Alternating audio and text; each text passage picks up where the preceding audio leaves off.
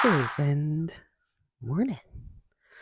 It's super early where I'm at. It's like 6:30 a.m. Yeah, I'm an early riser, so I'll probably have lots of these chats first thing in the morning. Anyhow, all right, time to actually get into the story.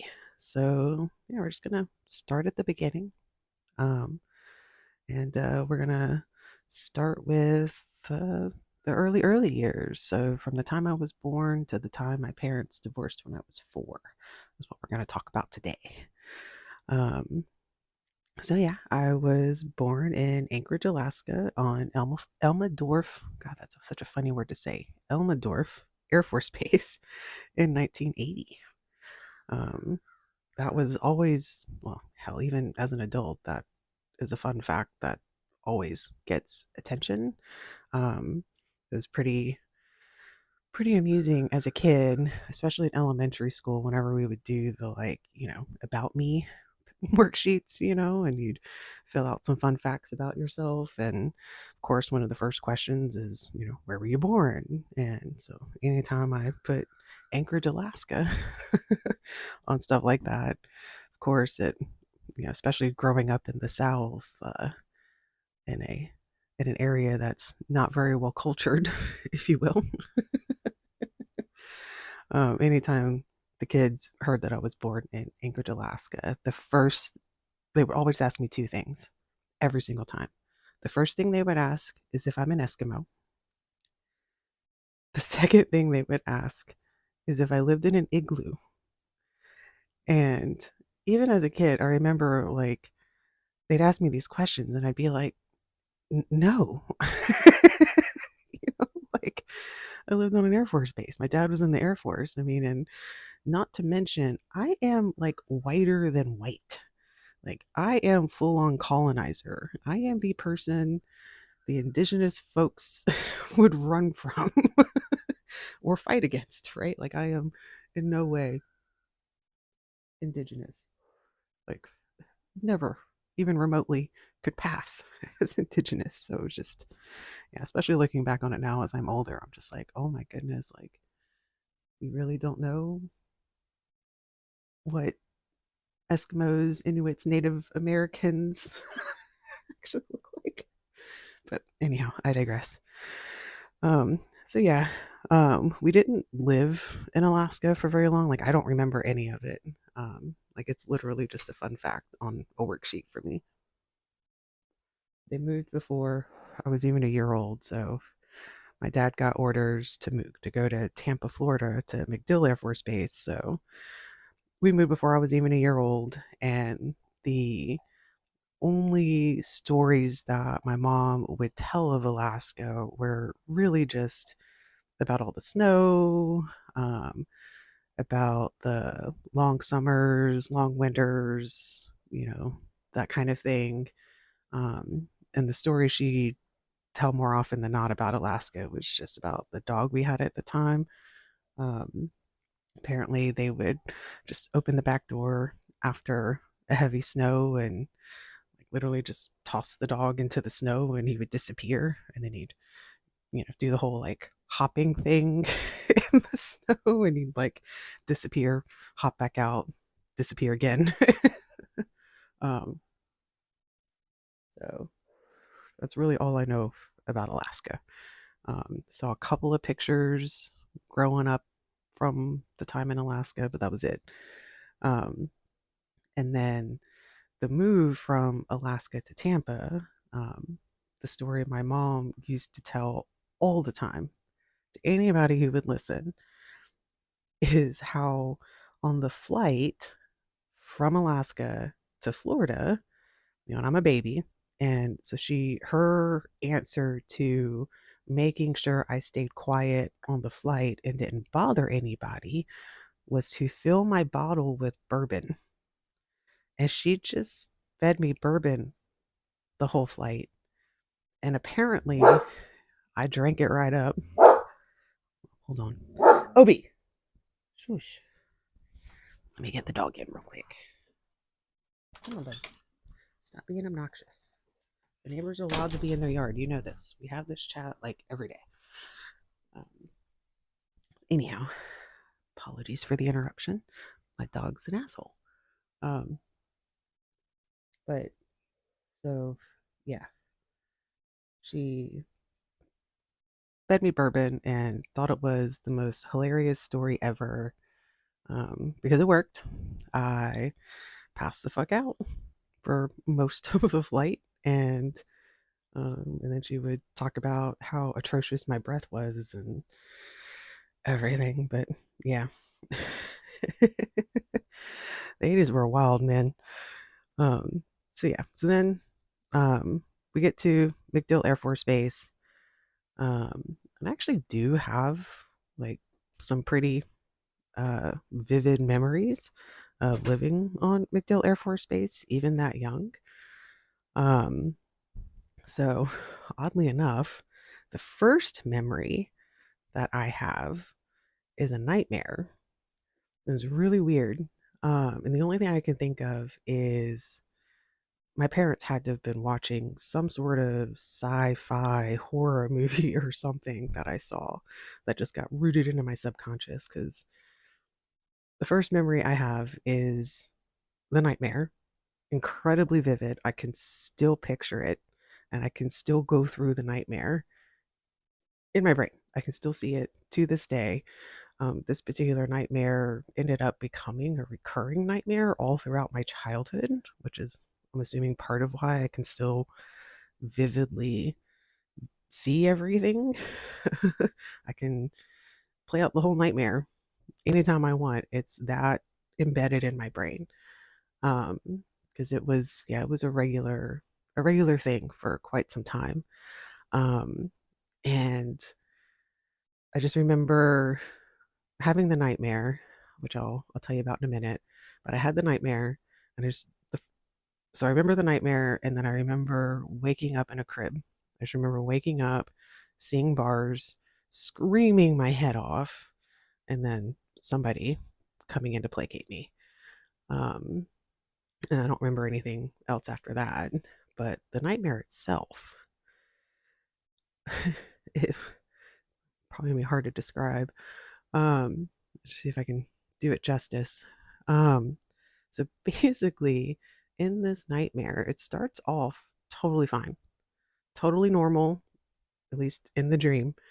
Um, and I am on an alien planet with my parents, and this alien planet is not anything I've ever seen.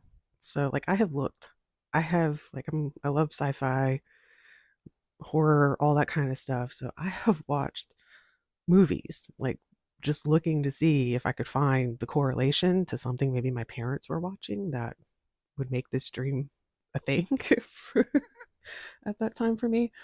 Um, and I haven't been able to find, at least nothing like exactly like it. So it's interesting to think about how this dream came about because yeah, I was on an alien planet, super detailed. Um, and it starts with me walking hand in hand with my parents. Except the odd thing is they weren't my parents. It's like I remember feeling totally calm with them, just walking hand in hand and la di da, not a care in the world. But I remember looking up at my parents, and they weren't actually my parents. They were different. It's hard to explain. Um, but we're walking through like a city center, I guess, and there's just all it's the whole world is just kind of brown tones everywhere.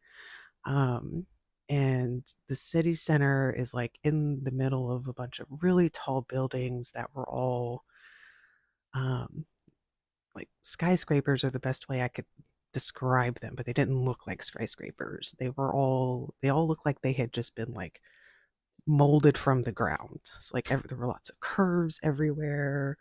Like there were no like hard lines, no jagged edges. It was all smooth.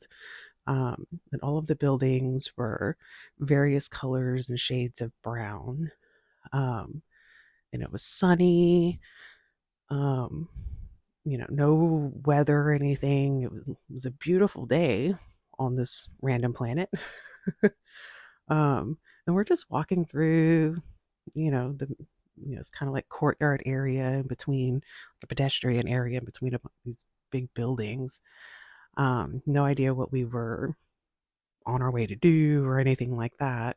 Just seemed like we were out for a day in the city. Um, and then there's other people, milling about. There were actually a lot of people just going about their lives. And they were all human. I don't recall seeing anybody walking around that was, an alien or different. They all looked human. All just doing their thing. And then we get to like halfway across the courtyard area, and then we start hearing commotion. So, my parents, of course, are looking around trying to see what's happening. We start hearing people screaming and running. You start hearing crashes and things like that. And then next thing you know, we look up and like kind of like coming in between, like flying in between one of the two skyscrapers is alien ships. And so you have these alien ships that are coming, flying into the city. There's also aliens now, and they're these big bug-looking things. So they're flying around like the ships are just, unleashing all of these alien bugs everywhere, and they're just attacking the city and everybody. So once we see that, like, just chaos happens, right? So at that point, all hell is broken loose. Everybody's running around, freaking the fuck out.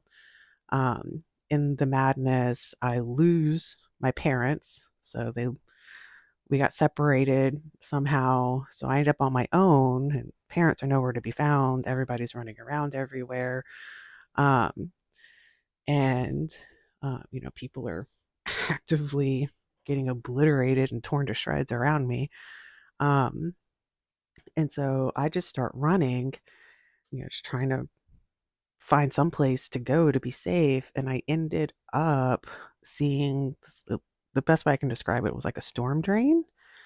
Um, and I was so little, there was like enough space for me to be able to like climb into the storm drain to try to take shelter. Um, so I climb into the storm drain and I'm just watching everything unfold around me through the grates in the drain. Um, and, it's madness all around. And then it gets like quiet. It's like there's still fighting and everything going on, but it gets like more quiet than it was. And, I'm just sitting there, trying to stay safe and pay attention, see what's happening. And next thing you know, there's these big balloon things that just start slowly falling from the sky.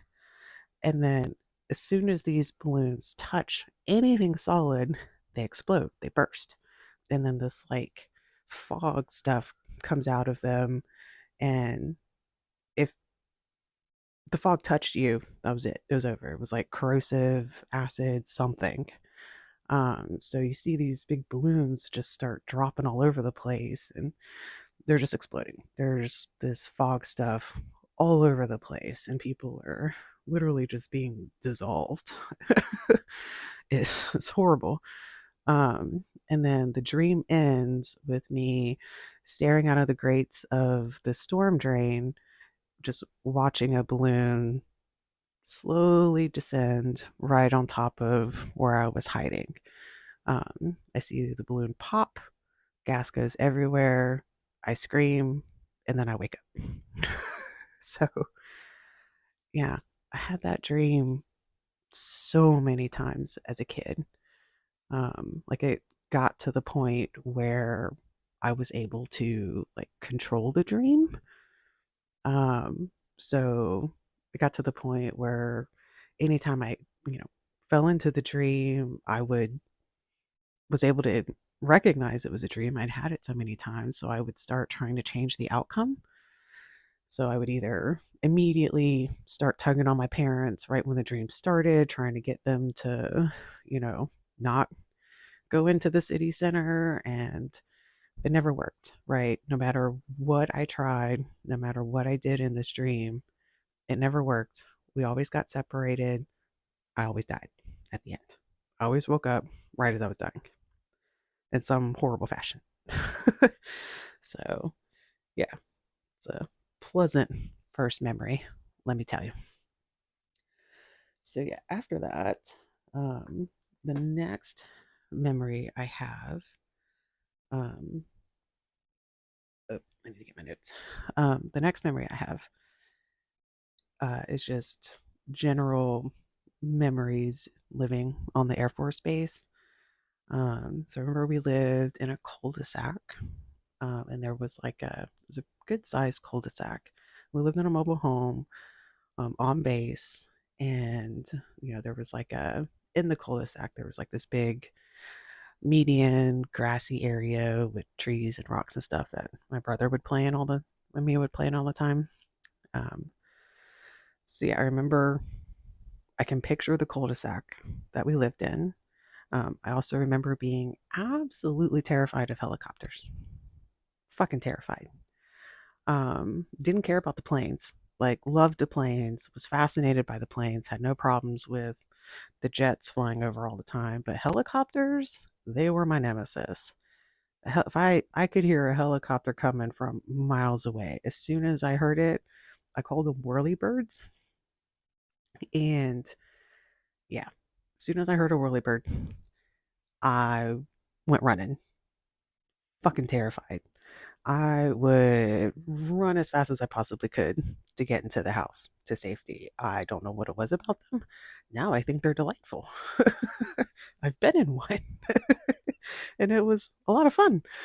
But yeah, as a kid, mm-mm, nope, nope, couldn't do it. Yeah, hated helicopters. Um, and I just remember my brother laughing at me and making fun of me because we'd be outside playing, and then as soon as I'd hear one or see one, just freak the fuck out and run. And he's sitting there laughing his ass off at me. Caroline, it's not a big deal. Don't worry about it. Um, so anyhow, so yeah, helicopters were my nemesis. Another thing I remember is um, so the trailer we lived in didn't have like a porch attached to it or anything. They were just stairs leading up to the front door. Um, and next to the stairs, at some point, I just remember there was this giant pile of sand right next to the stairs. Um, and you know, we played outside all the time, so I just remember being outside playing, doing whatever I was doing, and seeing this giant pile of sand and thinking it looked like lots of fun to play in. So of course, what do? I just go start kicking around in the dirt and standing right in this pile of sand, having a grand old time. Except the fun did not last long. It didn't take me long to realize the error of my ways and what a poor life choice that was. Because yeah, it was a massive fire ant hill. I just remember like literally just standing in the middle of this ant hill, and there's ants just all over me. Fire ants everywhere. I was covered head to toe in fire ants. And I remember not like really being all that concerned initially, more fascinated than anything. Like, oh, what are these? Like, what the hell? I didn't realize there were things in this. And then they started biting. And of course, as soon as they started biting me, I freaked the fuck out because fire ants, ow. Yeah, and I just remember my mom hearing me scream, coming rushing out of the door with my dad and seeing me covered in fire ants. She immediately, or one of them immediately grabbed the hose and started spraying me down. And then they um, filled up the tub with water and put me in the bathtub to make sure they got them all off. And yeah, I can only imagine what I was like healing from all of the ant bites. I don't remember how bad it was. The memory ends after they got me into the bathtub. Um, but yeah, so there was that. That's when I learned I seriously dislike fire ants to this day. Won't do it. They must die. Um, the other thing is, my mom liked to tell this story all the time, and I do have memories of it too. So this one cracks me up because I it's still a thing to this day. I mean, I'm better about it because I'm an adult and have social skills. But so yeah, I hated wearing clothes, and to this day, clothes are not my jam. I don't like things touching me. Not my fave. I wear baggy clothes on purpose. Um, I don't feel like, I don't like being restricted, and it's got to be comfortable. If it's touching me in the wrong way or poking me in the wrong place or whatever, any sort of discomfort with clothing, nope, won't do it. I have a whole closet full of clothes that I've bought because it's like, oh, it's so cute. It's, love this. And then, yeah, I get it home. I wear it once or twice, realize it's got some scratchy or whatever. And I'm like, nope, it just sits in my closet, regardless of how cute it is.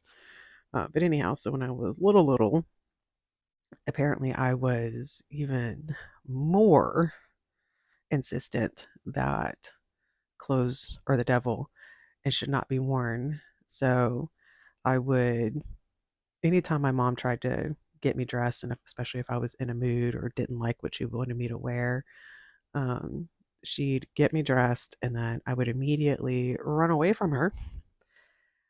And while I was running, I would just be stripping clothes off as I went, and I would run out the front door of the house and literally just run around the neighborhood naked. Because the only thing I could think of is in my mind was kind of like the gingerbread man, like, ha ha ha, you can't catch me. You can't catch me. You can't make me wear clothes. Um, so I do remember running all over the place in just a diaper or nothing. Because was yeah, did not like wearing clothes. Um, so yeah, I see. The other thing I remember is we had this little dog named Skippy. Um, and the most I remember about him is we seemed to have a bit of a love-hate relationship. I remember running around the house chasing him all the time. That was like one of my favorite pastimes. And um, which of course he did not enjoy. Um, so he was never happy about me chasing him around the house, and so there were a few times he'd snap at me and bite me. Um, so yeah, I remember Skippy, um, and then I remember my brother had a really bad accident on his bike at one point. It's like I was saying before, the cul-de-sac had this like it was a really big cul-de-sac, and then there was like a little green space area in the middle of it. And it had some bushes and a couple trees, and then it had some really big rocks, um, you know, that were there for decorative purposes, I suppose. And my I remember my brother riding around on his bike all the time, and one of the things he loved to show off and do was to ride his bike with no hands. Um, and there was one day we're out, playing in the cul-de-sac, and he's riding his bike around, um, and he's riding it like from the main road coming into the cul-de-sac. And I don't know exactly what happened, but I just remember he was going really fast and he was trying to show off. Next thing I know, he lost control of his bike, was going way too fast, and he wasn't able to steer away in time or correct or whatever. And he ended up just riding at speed into this like green space area because it was elevated on a curb, right? So, yeah, he hit the curb at full speed, and then flipped over his handlebars into one of the big rocks. And yeah, I don't remember him being like seriously injured or anything. I don't remember us going to the hospital or anything like that. I just remember seeing my brother flip over the handlebars and have this really bad accident. Um, see, I'm trying to think, was there anything else? Those are the big things that I remember from then. I don't remember my parents arguing or anything like that. I remember it being a generally happy time for the most part. Um, yeah, and then came the divorce. So we were still living on the Air Force Base when my parents divorced. So they divorced when I was 4. Um, I just remember not knowing what was happening. Like, I definitely did not understand. And the biggest memory I have is leaving my dad. So my mom and my brother and me getting, packing up our little stuff we had and getting in the car and driving away. Because when my parents divorced, my mom got custody and she decided to move back to Georgia, to be closer to her family. So um, I didn't realize we were like moving. From my perspective, we were just going on a road trip to visit our grandparents. So I was happy about it. Like, I remember not understanding why my mom and my brother were so upset. My brother especially. Like, I remember him being so angry and so upset, and him and my mom having arguments and talking and stuff like that. But I didn't get it.